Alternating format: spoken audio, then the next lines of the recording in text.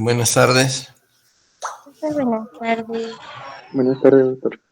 ¿cómo están? ¿Qué tal? Bien, buenas tardes. No vamos a resolver el examen, solamente les informo que todos están jalados. La máxima nota es 12. Como sé que la dificultad del examen ha estado aumentada, ¿no? Pero sé también que no les he preguntado nada que no les haya enseñado. Todo lo que les he enseñado les he preguntado. Y si la dificultad del examen de recuperación ha estado incrementada, ha sido porque ustedes han tenido un mes para preparar el segundo examen y no lo han preparado. Eso no habla muy bien de ustedes. Yo les sugiero que estudien realmente, que se esfuercen por estudiar. Quedan los dos parciales últimos, los dos exámenes últimos, y están, bueno, no van a ser tan difíciles, son temas cortos, pero tienen que estudiar. Tampoco se los voy a regalar, pero tienen que estudiar para poderlos aprobar. Como dije antes, el examen es una pérdida de tiempo realmente, porque si bien es cierto, hay uno que puede haber mejorado con ese 12 su nota y otro que ha mejorado con 10. De los 55 que han dado son 2 personas. Hay otros que han mejorado sus notas también.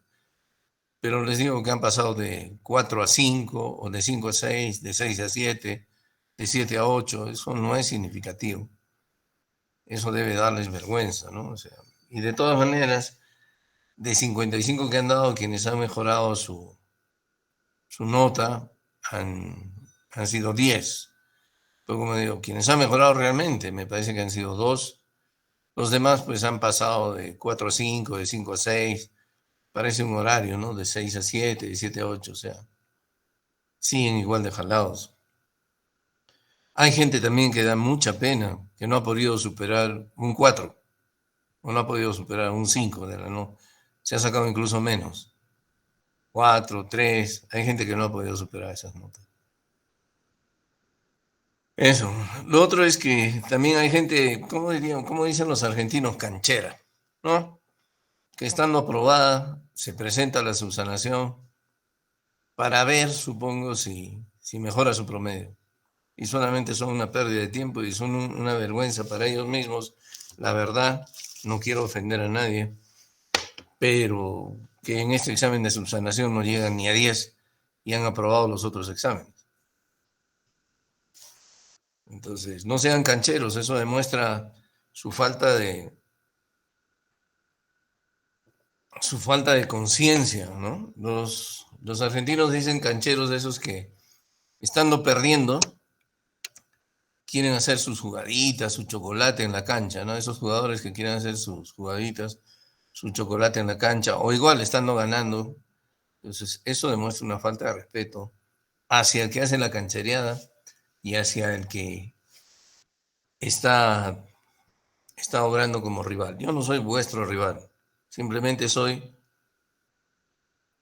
ni vuestro enemigo, simplemente soy una persona que tiene la convicción de que pasen el curso demostrando que saben, eso es todo, ¿no? Y como ven ustedes, en el último examen de internado cada vez estamos más abajo.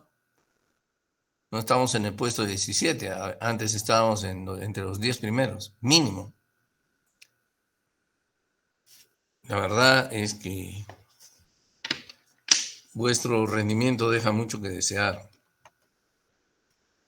Entonces, yo les sugiero que estudien para los siguientes 2 parciales si quieren aprobar el curso y no se ilusionen en, no se ilusionen en la recuperación.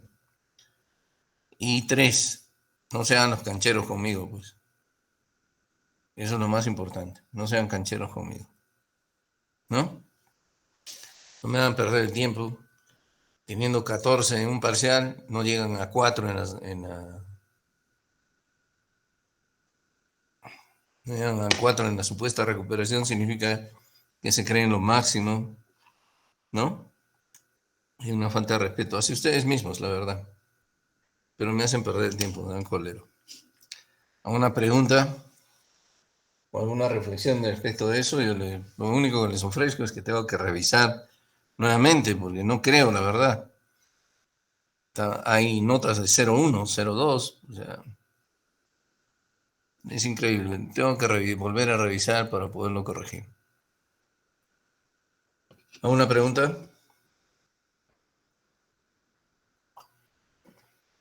¿Alguna reflexión?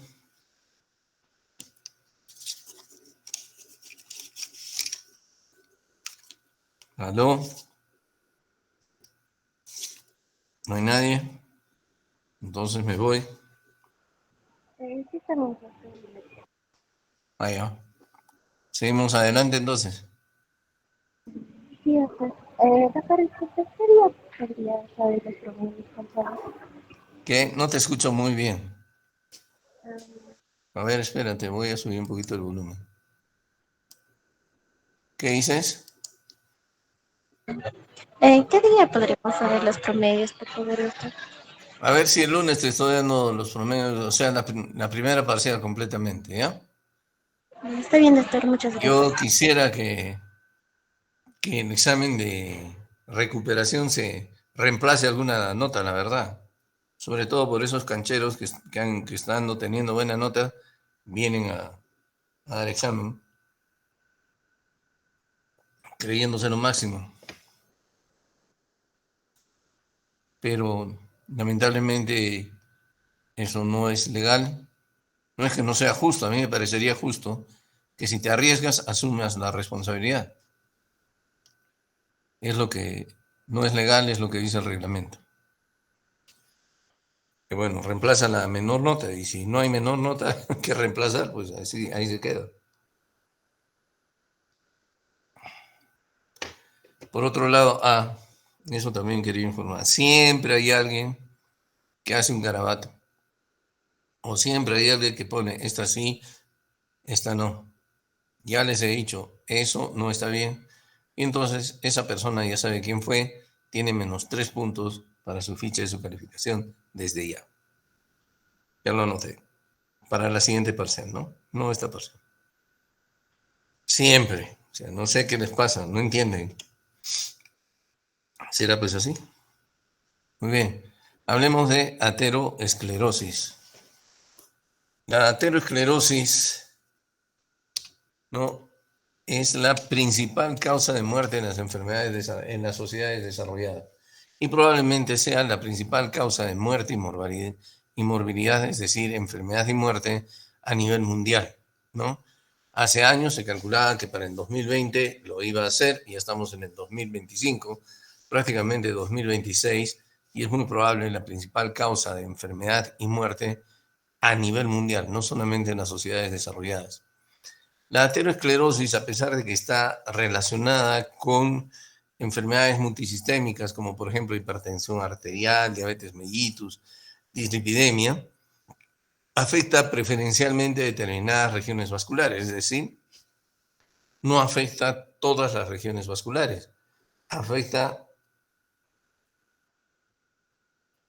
preferencialmente determinadas regiones vasculares y por supuesto va a producir manifestaciones o enfermedades de acuerdo al lecho vascular afectado. Entonces, preferencialmente la aterosclerosis afecta el lecho coronario, el lecho cerebral, los miembros inferiores, el lecho esplásmico, el lecho renal y no solamente sus manifestaciones ocurren como consecuencia de la obstrucción que producen las lesiones ateroscleróticas, sino también como consecuencia de fenómenos de ateroembolismo o de fenómenos de formas de ectasia, es decir, dilatación de las arterias y formación de aneurismas. ¿No? A nivel coronario, entonces la aterosclerosis nos puede producir manifestaciones agudas como el infarto de miocardio, o manifestaciones crónicas como la angina de pecho crónica estable. A nivel de la circulación cerebral, la aterosclerosis nos puede producir accidentes cerebrovasculares isquémicos, ¿no es cierto? Ya sean infartos cerebrales o ataque isquémico transitorio.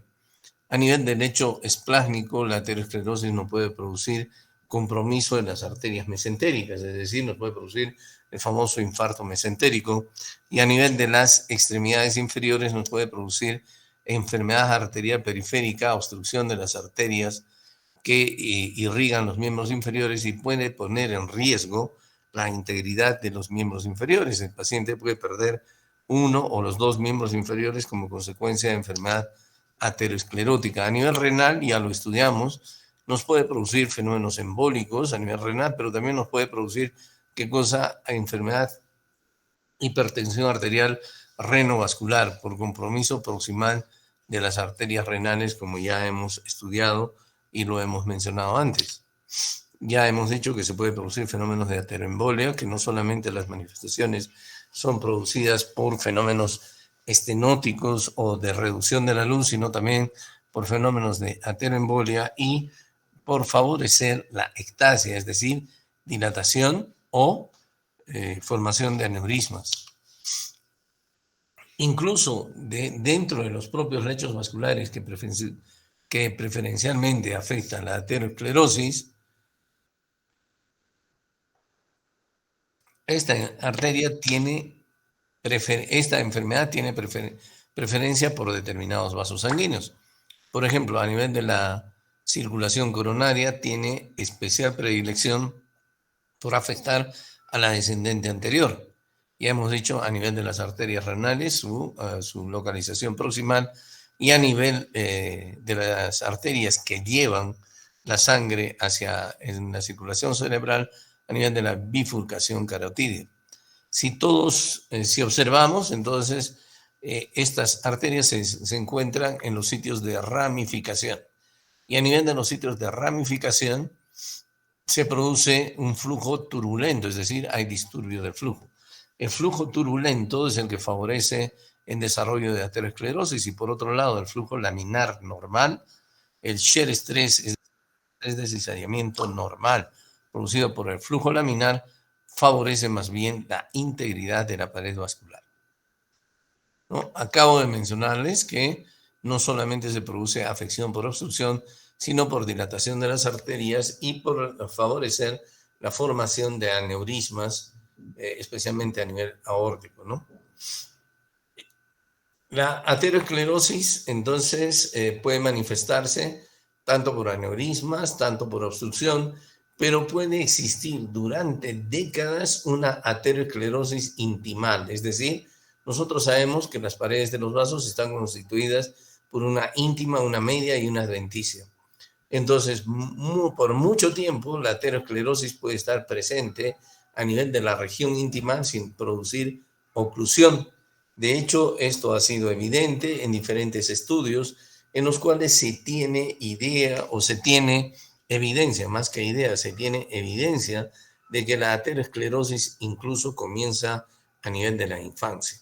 Y el paciente puede tener aterosclerosis intimal no oclusiva, puede quedarse ahí durante el resto de su vida o esta puede evolucionar hasta la oclusión o el desencadenamiento de un infarto de miocardio o de muerte súbita. La aterosclerosis, por otra parte, es una enfermedad que no tiene una evolución constante y uniforme.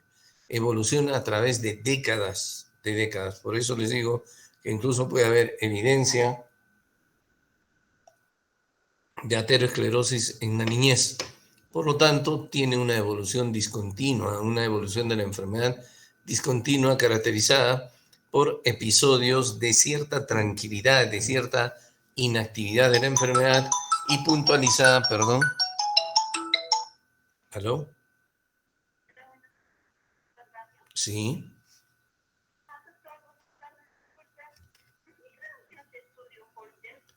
Sí, sí hago, pero esta semana no lo estoy haciendo, tengo el aparato de mantenimiento. Ajá. Sí, sí, sí. Si me llama, por favor, a partir del lunes o martes, con todo gusto, yo le digo. Y el costo es 230 soles. ¿Ya? Encantado. ¿Ya? Listo, perfecto. Sí, adiós. Sí, señor. Sí. Adiós.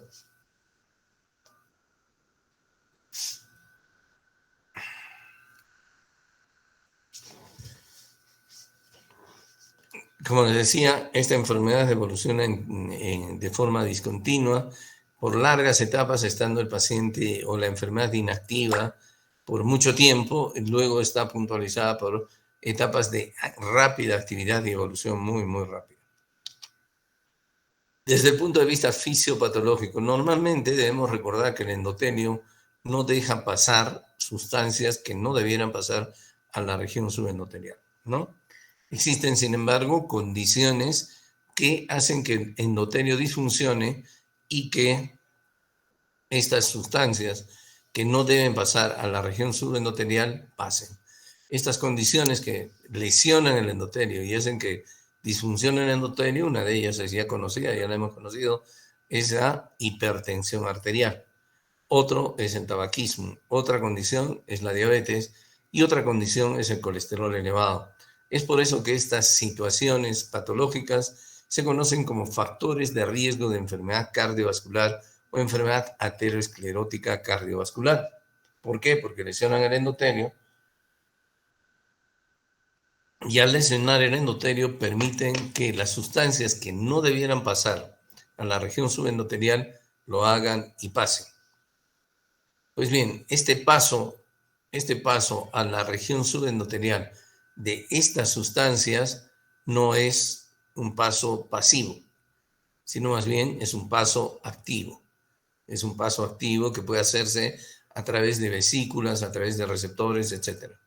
Una de estas sustancias que pasa a la región subendotelial cuando el endotelio disfunciona por diferentes causas que acabamos de mencionar, entre ellas hipertensión, diabetes, colesterol elevado, dislipidemia y tabaquismo, una de estas sustancias son las moléculas de LDL.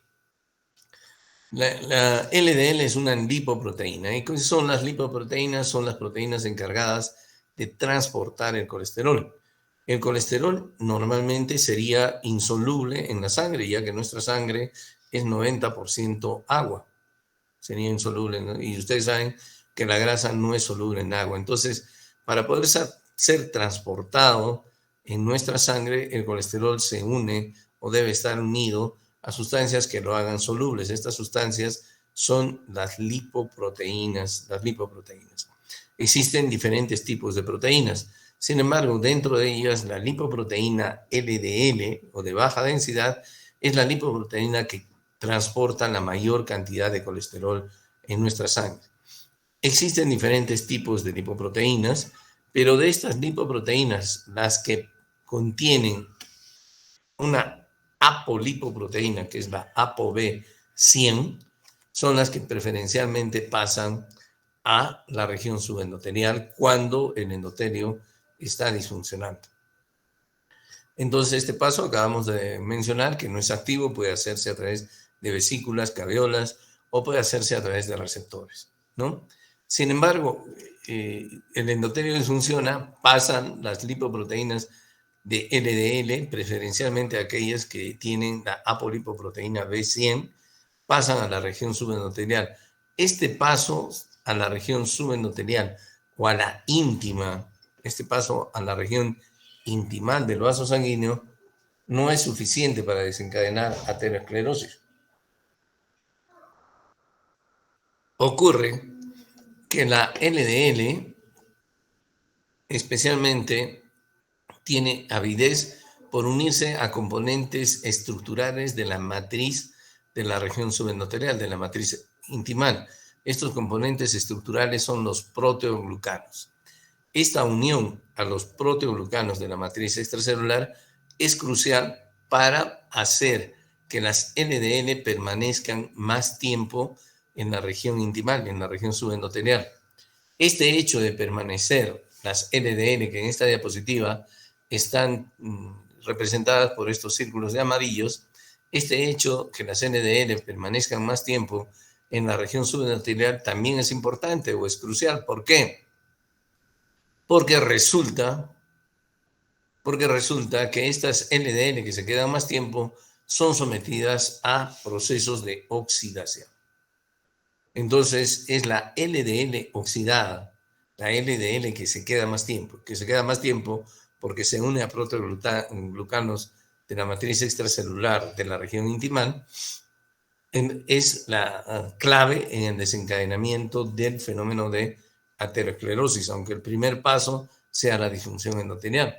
Se produce oxidación de las LDL y existen numerosos productos de oxidación de las LDL, como oxiesteroles, lisofosfolípidos, productos aldehídicos que resultan de la ruptura de ácidos grasos y de fosfolípidos. Todos estos productos de la oxidación de las LDL van a estimular la liberación de citoquinas, especialmente la liberación del factor de necrosis tumoral. La liberación del factor de necrosis tumoral y de la interleuquina 1 estimula dos cosas. Estimula a nivel de la célula endotelial la expresión de moléculas de adhesión vascular y a su vez estimula la producción o la liberación de sustancias quimoatrayentes, ¿no? Las moléculas de adhesión vascular se conocen como BCAM, VCAM ICAM. VCAM significa, si ustedes lo leen al revés, molécula de adhesión celular vascular. Y ICAM significa molécula de adhesión celular intercelular. Entonces, esas moléculas son expresadas por las células endoteliales, que a su vez, como digo, estimuladas por los productos de oxidación de las LDL y estimuladas por la producción de factor de necrosis tumoral y de interleuquina 1, también favorecen la producción de moléculas quimoatrayentes. ¿Quimoatrayentes para quiénes? Para los monocitos, para los leucocitos, para los monocitos. Los monocitos atraídos por estos hacia las células endoteliales se van a unir a las moléculas de adhesión que acabamos de mencionar y en forma rotatoria pasan y a través de grietas existentes en el endotelio lesionado, pues pasan a la región subendotelial o a la región íntima. A la región íntima. Cuando pasan a la región íntima, los monocitos se transforman en macrófagos. Inmediatamente los macrófagos reconocen que existen demasiadas moléculas de LDL en la región íntima, en la región subendotelial, y comienzan a incorporarlas a su citoplasma. No las fagocitan, las incorporan a su citoplasma y no las incorporan a su citoplasma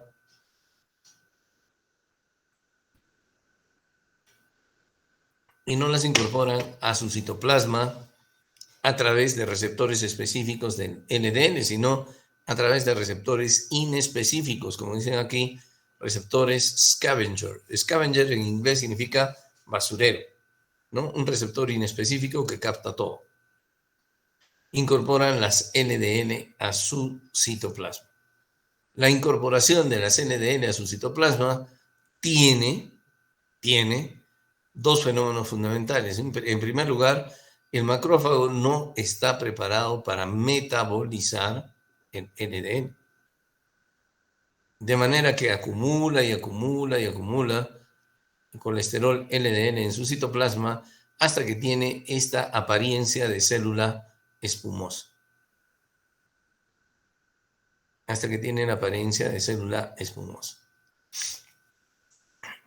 Como existen varios macrófagos que pasan a la región subendotelial, estos tienden a acumularse en una parte, especialmente en los sitios, como hemos mencionado, de bifurcación de las arterias, tienden a acumularse en los sitios donde existe flujo turbulento, se acumulan ahí, y la acumulación de células espumosas da origen a la lesión inicial, a la lesión primaria de la aterosclerosis. ¿Cuál es? La estría grasa. Entonces, ¿qué es la estría grasa? ¿Qué es la lesión primaria de la aterosclerosis? Es la evidencia de la aterosclerosis, ¿no es cierto? Es la aterosclerosis subclínica no oclusiva que hemos mencionado. Es la evidencia de la aterosclerosis, es el acúmulo de células espumosas. ¿Y qué son las células espumosas? Son macrófagos ¿no? Procedentes de la transformación de monocitos, ¿no? Que contienen altos niveles de colesterol o que han involucrado colesterol en su citoplasma. Además de los macrófagos, no solamente pasan a la región subendotelial ellos, sino también pasan linfocitos T, linfocitos B y células plasmáticas. De esta manera, la aterosclerosis desde sus inicios realmente consiste en una enfermedad inflamatoria porque existen acúmulos de células características de la inflamación.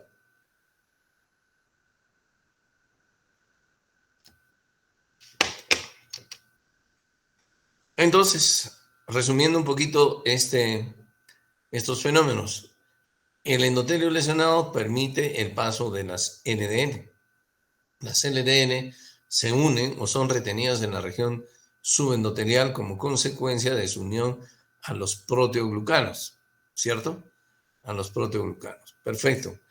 Las LDN son reconocidas por los macrófagos que han ingresado y son incorporadas al citoplasma de los macrófagos, y el macrófago cargado de células LDL se transforma en la célula espumosa. Muy bien, les dije eso, uno de los fenómenos es ese. El otro fenómeno es que la transformación o la incorporación de colesterol en el citoplasma del macrófago, o la transformación del macrófago en una célula espumosa, tiene un efecto sobre el metabolismo de la célula espumosa, favoreciendo la producción de citoquinas proinflamatorias, citoquinas pro y citoquinas protrombóticas, o un fenotipo protrombótico de esta acumulación o de la estría grasa. Además, ¿qué ocurre? Entonces, el macrófago cargado de colesterol y que se transforma en estría grasa y que luego se acumula en una porción que se transforma en células espumosas, y que luego se acumula en una porción de la región subendotelial, formando la estría grasa, en algún momento es sometido a apoptosis o a muerte celular programada, o simplemente perece. ¿Por qué? Porque no puede metabolizar el colesterol. Al perecer, libera todo su contenido lipídico,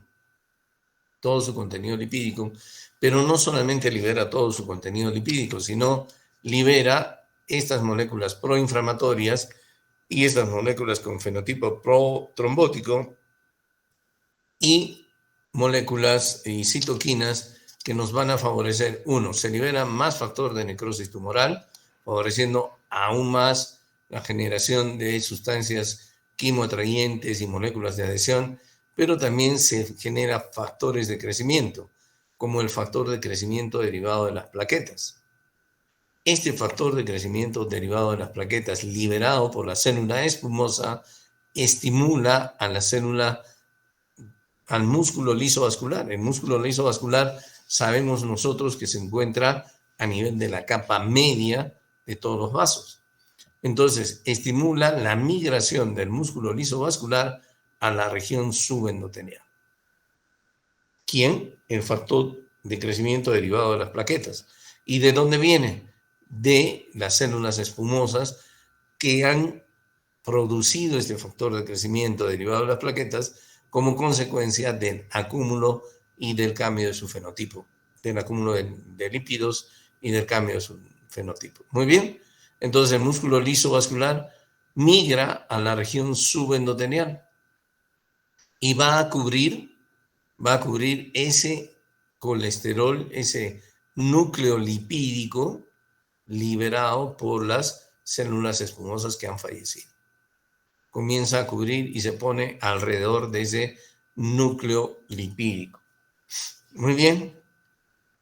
Cuando se coloca alrededor de ese núcleo lipídico, entonces se está formando la capa fibrótica de la futura placa aterosclerótica. De hecho, esto ya es una placa aterosclerótica que contiene un núcleo lipídico y que contiene una capa fibrótica delgada. ¿no? Nuevamente, y el ciclo continúa, ¿no? Como les dije, se sigue produciendo factor de necrosis tumoral, se siguen estimulando la expresión de moléculas de adhesión celular, se sigue estimulando la expresión de moléculas quimoatrayentes, etcétera, ¿no? Además, la placa aterosclerótica no solamente va a crecer por este problema, porque el músculo lisovascular se pone en la región subendotelial estimulada por el factor de crecimiento de las plaquetas, sino la placa aterosclerótica va a crecer por la producción de fibras de colágeno.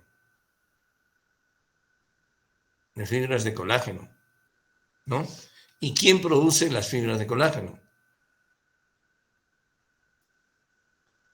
Las fibras de colágeno las van a producir las células musculares lisas que han migrado a la región subendotelial. ¿Estimuladas por qué? Por el factor de crecimiento de los fibroblastos. Entonces se produce otro factor de crecimiento, el factor de crecimiento derivado de las plaquetas y el factor de crecimiento de los fibroblastos estimula las células musculares lisas para la producción de colágeno y para la elaboración de la capa fibrótica. Y entonces, una vez que aparece la capa fibrótica, delgada en un inicio en la placa joven, con un núcleo lipídico abundante en la placa joven, estamos frente a la placa aterosclerótica completamente desarrollada. Este desarrollo de esta placa no solamente va a depender del continuo acúmulo de células musculares lisas vasculares en la región subendotelial, no solamente va a depender de la producción de colágeno, sino también va a depender del crecimiento a partir de microhemorragias, microtrombos. Este endotelio lesionado presenta grietas que son reparadas por la agregación plaquetaria. La agregación plaquetaria, ¿no es cierto?, finalmente va a producir la liberación de trombina y de la activación de la cascada de la coagulación de la trombina, y la trombina otra vez favorece mayor producción de factor de crecimiento derivado de las plaquetas, etcétera. Pero también entonces se acumula en la placa aterosclerótica no solamente colesterol, no solamente material celular, no solamente colágeno, no solamente células musculares lisas, sino también productos sanguíneos. Por eso, algunos autores dicen que este es un proceso de aterotrombosis, porque se ha descubierto hemosiderina en las placas ateroscleróticas. Entonces, las placas ateroscleróticas también crecen por el acúmulo de productos de las microtrombosis que son producidas para reparar el endotelio lesionado. Muy bien, a nivel de la placa, además, en los lugares donde se forman las placas, además, existe la formación de neovasos, neovascularización en la región, aparte de los vasa vasorum que van a existir ahí, se producen nuevos vasos, así como en la retinopatía diabética hay una neovascularización. Estos vasos también traen algunos fenómenos, la formación de esta neovascularización o neovasos también trae algunos fenómenos importantes o fenómenos serios. Uno de ellos es que estos nuevos vasitos o neovasos son muy frágiles y entonces se favorece la ruptura y se favorece la hemorragia a nivel de la placa con mayor incorporación de material hemático para el crecimiento de la placa aterosclerótica. Y lo otro es también favorece la circulación, el tráfico de células inflamatorias que van a entrar también en mayor cantidad a la placa aterosclerótica, perpetuando el círculo vicioso de crecimiento de la placa aterosclerótica y de un ambiente protrombótico a nivel de la formación de la placa aterosclerótica. De esta forma, entonces, en resumen, tenemos algunas cosas que lesionan el endotelio. 1, tenemos una predisposición genética. 2, tenemos la hipertensión arterial. 3, tenemos el flujo turbulento. 4, la inflamación sistémica. 5, el cigarro. Y 6, la diabetes, ¿no? De estos podemos modificar algunos, ¿no? El cigarro, la diabetes, la hipertensión y la inflamación sistémica, que puede ser favorecida, por ejemplo, por el acúmulo de colesterol, ¿no? Ya dijimos que entonces que todas estas condiciones favorecen que el LDL pase a la región intimal, el LDL se modifica, es incorporado dentro de los macrófagos forman la célula espumosa y su acúmulo forma la estía grasa y luego viene la progresión de la placa simplemente. ¿Por qué? Por la formación de mediadores proinflamatorios, la formación de la placa aterosclerótica que en un inicio es delgada, la necrosis celular que favorece la formación del núcleo lipídico o núcleo necrótico, ¿no? Y hay fenómenos que van a favorecer también la liberación o la salida de colesterol de la placa. Dentro de estos fenómenos, uno de ellos es la eferocitosis. ¿En qué consiste la eferocitosis? Consiste en la liberación o en el retiro, en el aclaramiento de las células cargadas de colesterol. Esta eferocitosis en la aterosclerosis está disminuida. Por otro lado, no todos los macrófagos, no todas las células espumosas se van a quedar en la región subendotelial. Algunas de estas células espumosas salen de la región subendotelial para ser metabolizadas en el sistema retículo endotelial y de esa manera prevenir un poco el desarrollo de la aterosclerosis. Por otro lado, hay lipoproteínas que son capaces de retirar el colesterol acumulado en la región subendotelial. Dentro de estas está la HDL, la proteína de alta densidad, la cual lleva el colesterol hacia el hígado para ser transformado en ácidos grasos y sales biliares. Por eso es que el LDL se conoce como el colesterol malo y el HDL se conoce como el colesterol bueno. Por eso aquellas situaciones en las cuales el HDL está muy bajo se caracterizan por aterosclerosis muy importante, muy seria. Por eso es muy importante favorecer los buenos niveles de HDL, ¿no? Ahora bien, ya hemos dicho que la placa progresa entonces por el acúmulo de colesterol, la placa progresa por el acúmulo de células musculares lisas, por el acúmulo de colágeno, progresa y progresa por el acúmulo de material hematológico, material producto de la coagulación. Bien, la placa aterosclerótica también puede seguir progresando hasta un punto en que desaparece casi la celularidad de la placa, ya no hay células, ya no se producen, ya no hay células espumosas, ya no hay macrófagos, no hay tampoco células musculares lisas. Son las placas que nos van a producir obstrucciones fijas y que tienen una capa fibrótica muy gruesa, muy dura y calcificada. En su evolución, la placa aterosclerótica, si es que no le pasa nada antes, puede acumular o puede, o puede transformar su metabolismo a un metabolismo muy propio o muy parecido al metabolismo del hueso, incorporando calcio en su estructura, disminuyendo su celularidad. De modo que en etapas muy avanzadas de la evolución de la aterosclerosis, lo que tenemos son placas grandes, oclusivas, pero ricas en calcio. Esto nos da dos tipos de manifestaciones de la aterosclerosis, por ejemplo, a nivel coronario. A nivel coronario, aquellas placas que han progresado hasta su calcificación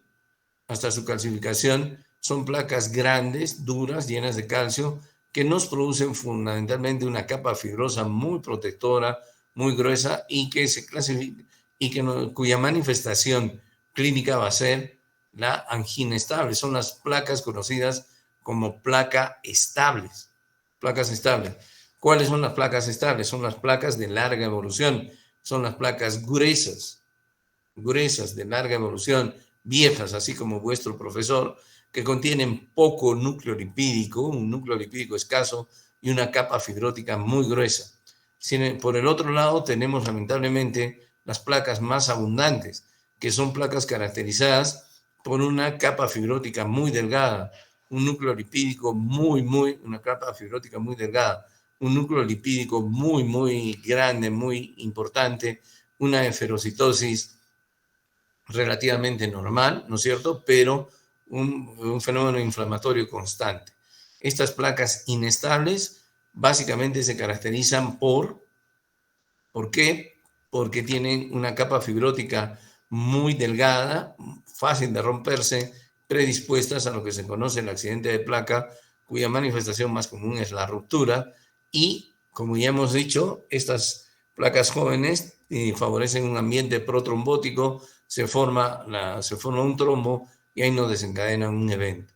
Mientras entonces la placa estable nos produce fenómenos de isquemia estable, como la angina de pecho estable, las placas jóvenes son las responsables de los eventos coronarios agudos, del síndrome coronario agudo, del síndrome coronario con ST elevado, sin ST elevado y de la angina inestable. Entonces, más o menos de esto estamos hablando. En su inicio, la aterosclerosis produce una remodelación vascular que se conoce como excéntrica subendotelial, ¿no? Observen esta remodelación del vaso. La luz del vaso casi no se afecta y hay una remodelación excéntrica, pero este tipo de aterosclerosis subintimal no oclusivo tiene una capa fibrótica muy delgada, muy predispuesta a la trombosis, ¿no? La trombosis de la placa puede tener dos evoluciones. Una se soluciona casi en forma asintomática, pero el trombo es incorporado a la vida de la placa y a la estructura de la placa y comienza a crecer en base a eso también, o es un factor que favorece ello y va reduciendo la luz del vaso. El otro camino es que la ruptura de esta placa joven con una capa fibrótica inestable o esta placa inestable con una capa fibrótica joven y delgada favorezca la formación de un trombo, porque aquí existe un ambiente protrombótico y esto nos ocasiona los eventos agudos de infarto de miocardio, angina inestable y aún muerte súbita. Nuevamente, para que nos acordemos entonces, una escasa obstrucción del vaso sanguíneo con una remodelación fundamentalmente excéntrica, ¿no es cierto? Luego se desarrolla la placa, ya tenemos absolutamente formada, pero caracterizada por una capa fibrótica delgada, un núcleo lipídico grande. Este núcleo lipídico pues está muy predispuesto a los fenómenos de ruptura y la ruptura puede tener dos consecuencias. Uno, acumularse dentro de la placa o dos, favorecer los eventos coronarios agudos, si hablamos de la enfermedad coronaria, con infarto de miocardio, angina inestable o muerte súbita. Y finalmente, si esto no ocurre, la placa aterosclerótica evoluciona hacia su calcificación. Pero aquí nos produce obstrucciones severas de los vasos y nos produce los fenómenos isquémicos estables como la angina de pecho, aunque muy ocasionalmente también nos puede producir síndromes coronarios agudos, muy ocasionalmente, ¿no? En el 25% de casos. El 75% de los infartos de miocardio o de los eventos coronarios agudos es producido por este tipo de placa. En un 25% y aún menos por las placas viejas. Muy bien, yo creo que nos quedamos ahí. Si ustedes tienen alguna pregunta, con todo gusto.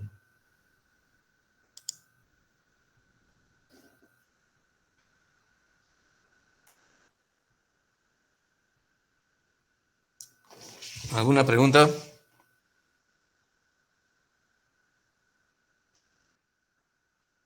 Sí.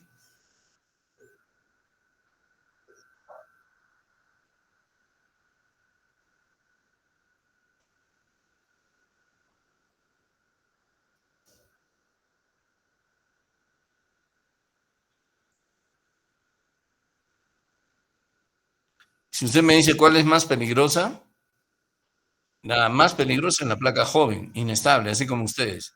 Ustedes son recontra peligrosos. Imagínense si ustedes se pueden tratar a alguien ahora con esta formación. La placa joven es la que nos mata. La placa vieja nos puede dar tiempo, nos puede matar, pero en muy poco porcentaje. La placa joven, con una capa fibrótica muy delgada, está predispuesta a lo que se llama el accidente de placa, a la ruptura y a la formación de un trombo. Eso que antes se consideraba basurita, antes cuando yo me formaba como presidente, los hemodinamistas decían, eso es basurita, no pasa nada. Esa basurita es la que tiene que ser tratada.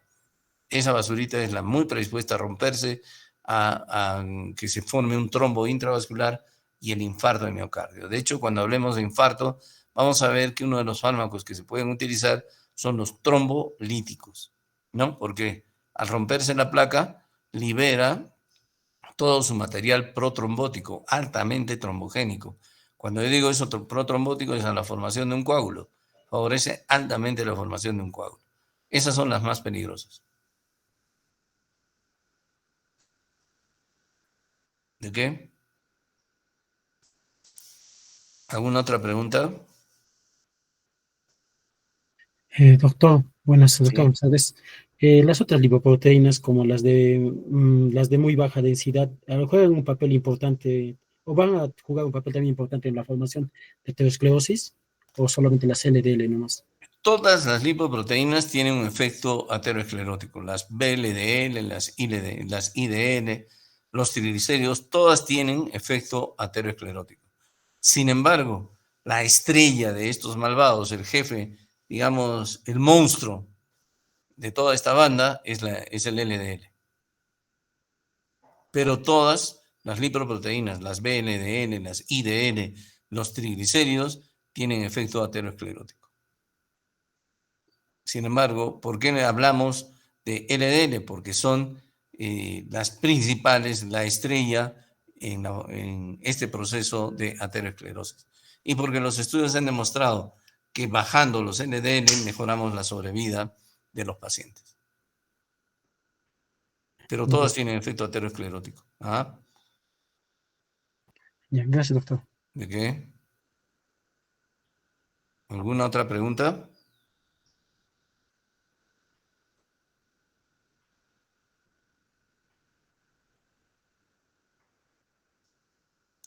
Ok, Parece que no nos preguntas, doctor. ya listo. Doctor, Ya. disculpe, ¿cómo hacerle nada?